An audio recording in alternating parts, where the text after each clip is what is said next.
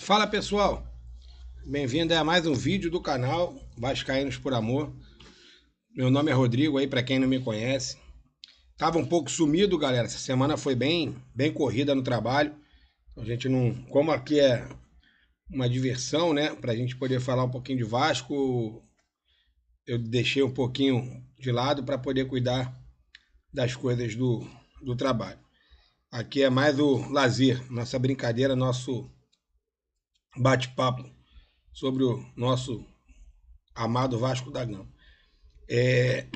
Pessoal, mais uma rodada aí se aproximando, né? Depois daquele vexame que o Vasco aprontou para sua torcida no último domingo. E aí tivemos aquela vitória contra o Barracas, que para mim não mudou em nada, né? Não muda a campanha vergonhosa e a falta de respeito que o Vasco teve com a Sul-Americana. E aí o Vasco poupou tantos jogadores e agora vai ter que disputar a repescagem contra o Independente Medellín, né? O jogo até na Colômbia não terá torcida. E depois o Vasco pega se passar do Independente Medellín, pega o Olímpia. Não poderia ter colocado time titular do Vasco contra o Audax aqui em São Januário. Teria feito mais 3 pontos. O Vasco teria passado em primeiro, né? Mas coisas que a gente não consegue entender. O papo agora é Campeonato Brasileiro, né? Já fico preocupado aqui, ó, contra o Vasco. Atlético tenta quebrar segundo maior jejum fora de casa na Série A. O Vasco é mestre, né, galera, em fazer isso. O Pita não fazia gol há tantos jogos, foi lá e fez o gol contra o Vasco. Não sei como que o Sacha ainda perdeu aquele pênalti. O Atlético encara um longo jejum de vitórias diante do Vasco como visitante. É o segundo maior entre os times da Série A. O último triunfo São Januário foi em 2019, tá? Então, o último jogo foi em 2019, última vitória do Galo. Aí, galera, a gente tem o Atlético tem mais. Ó, isso aqui é importante. O Atlético tem 4 desfalques considerados titulares, né? Aí, ó. Escalação do Atlético: sem 4 titulares, time terá zaga reserva contra o Vasco.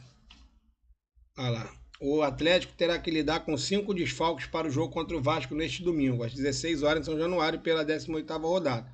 Das listas, 4 são considerados titulares, de Eduardo Domingues. O Alonso, né, que é o Júnior Alonso, o Tressoldi, o Alan Franco e o Alan Minda. O zagueiro Júnior Alonso, lateral direito, Preciado, o volante Alan Franco e o atacante. Ainda tem o Preciado, né? Preciado, se eu não me engano, ele é... Eu não sei se ele é titular, reserva, tá? Pelo que eu tô vendo aqui, ele é reserva. Mas ele tomou o terceiro cartão,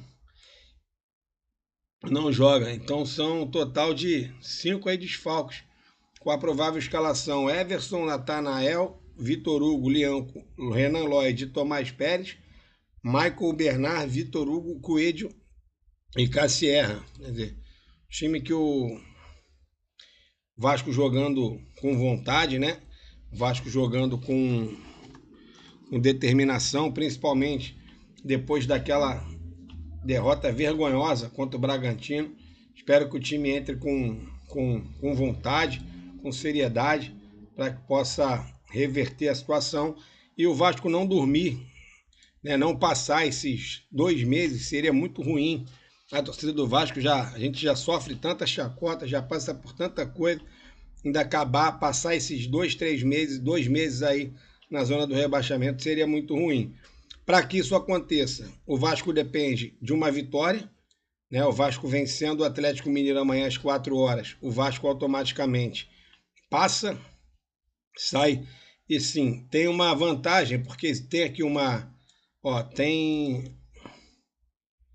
tem Grêmio e Corinthians, tá? Os times que estão exatamente acima do Vasco. E o Internacional pega o Red Bull Bragantino. Se o Red Bull Bragantino mantiver aquele jogo, né, que venceu o Vasco, é muito provável que o Red Bull Bragantino vença o Internacional. Ou até mesmo empate, né? E o Vasco pega o Atlético. Quer dizer, o Vasco pode passar Corinthians ou Grêmio, né? Um dos dois. O Internacional, caso o Internacional não vença do Red Bull, e o Atlético Mineiro, porque o Vasco venceria o Atlético Mineiro. E ainda tem o Vitória, que pega o Santos. Tomara que o Santos não vença, né? Porque se vamos torcer para um empate, porque se o Santos vencer, obriga o Vasco a vencer amanhã para poder sair da zona. Mas se o Santos empatar com o Vitória, o Vitória vai a 23, o Vasco não alcança o Vitória pelo saldo, né? O Vitória tem -2, o Vasco tem -6, mas o Vasco terminaria ali entre 12º e 13º, né? O que pode dar uma tranquilizada no elenco, dar uma tranquilizada na diretoria, dar uma tranquilizada nos torcedores e principalmente facilita na contratação de jogadores, né? Porque o jogador, ele olha lá a situação, pô, eu vou jogar no clube que, pô, tá na zona do rebaixamento, é bem complicado. Agora você pega ali, tá em 12º, 13º, mas tá próximo ali ao 9º, 8º, isso até incentiva para que um jogador venha para o Vasco. Então hoje, mais uma vez, a missão do Vasco é secar o Vitória, é o Santos, né? O jogo é Santos e Vitória, e na Vila Belmiro, às 8 da noite. Então a gente secar aí até o Botafogo, ó. Se o Botafogo perder pro Bahia, gente, o Vasco passa o Botafogo vencendo o jogo, ó, porque o Botafogo vai ficar com 22 pontos. O Vasco tem a possibilidade até de passar o Botafogo também. A possibilidade não, passa o Botafogo. Se o Botafogo perder do Bahia, que está numa crise danada, o Vasco vencendo passaria também o Botafogo. Então, assim, tem muitas possibilidades para amanhã o Vasco subir na tabela. O torcedor do Vasco hoje já vai ficar lá secando o Santos. E amanhã o Vasco não tem o Andrés, né? O Andrés tomou o cartão e também já viajou para a seleção da Colômbia. Mas amanhã, de repente, eu ver se eu consigo fazer um vídeo aí comentando os resultados de hoje do campeonato. Galera, um grande abraço, saudações vascaínas aí a todos, que todos tenham um excelente sábado, e aí falta pouco para a gente bater nossa meta aí de 1.800 inscritos, quem puder, se inscreve aí no canal, dá essa força aí pra gente. Falou, galera, um abraço, fui.